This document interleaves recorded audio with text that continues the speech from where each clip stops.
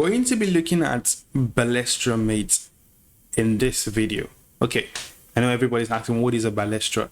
I also have no idea, but I googled it and saw that it has something to do with fencing and explosion, but still didn't know what it meant. Now, the Balestra mate is a checkmate that involves the queen and the queen and the bishop. It's a mate that involves the queen and the bishop, and in this position you can see that there's a queen and there's a bishop. Now, let me just show you how it usually is.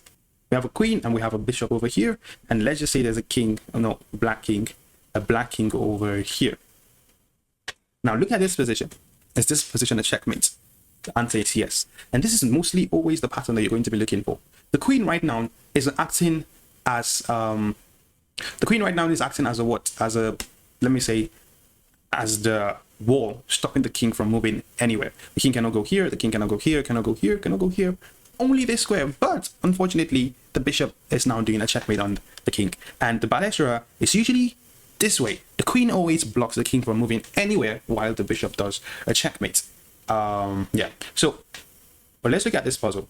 One move to checkmate. The queen is already where we want the queen to be. The queen is right here, stopping the king from moving anywhere. All we need to do is just to do a checkmate, and one move wins the game completely. If your answer was bishop to b5 check, then okay, it was not a checkmate one because he could block with the pawn. And if you go bishop takes pawn on c4, this is going to be a checkmate, right? How about this? How about this position? What are you going to play? Remember, the queen is responsible for stopping the king from moving away. Okay, right now, can the king move here? The answer is no, because there's a pawn. There's a pawn controlling this square. So he cannot even move backwards. And he can't move sideways because there's a queen. And he can't move upwards also because there's a queen. The only square he can move to is here, but if you can just place a bishop here, and this is going to be another Balestra checkmate. All right. How about this position? We already have our bishop and queen, okay? Now, you're going to now start, once you solve a lot of these puzzles, right? By the time you get to this puzzle, you probably might have solved at least 200 puzzles. You're going to now start having the right mindset or the right idea of the kind of pieces and the kind of patterns you should be looking out for based on the pieces that you have in your position or in your attack.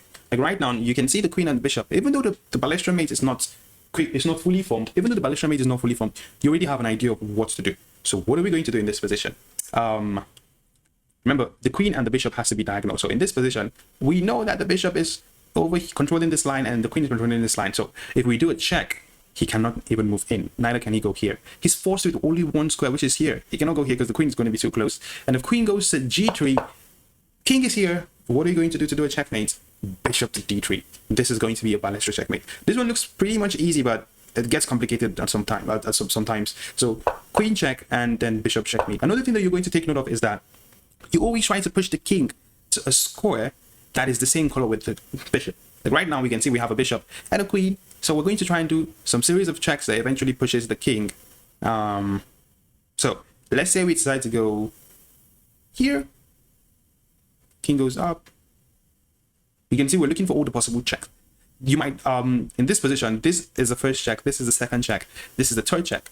But the problem is that if we go check this way, he can move out this way, and if we now try to do a check, he could just block with his knights, and we're not necessarily getting any checkmates, we're just moving pieces around.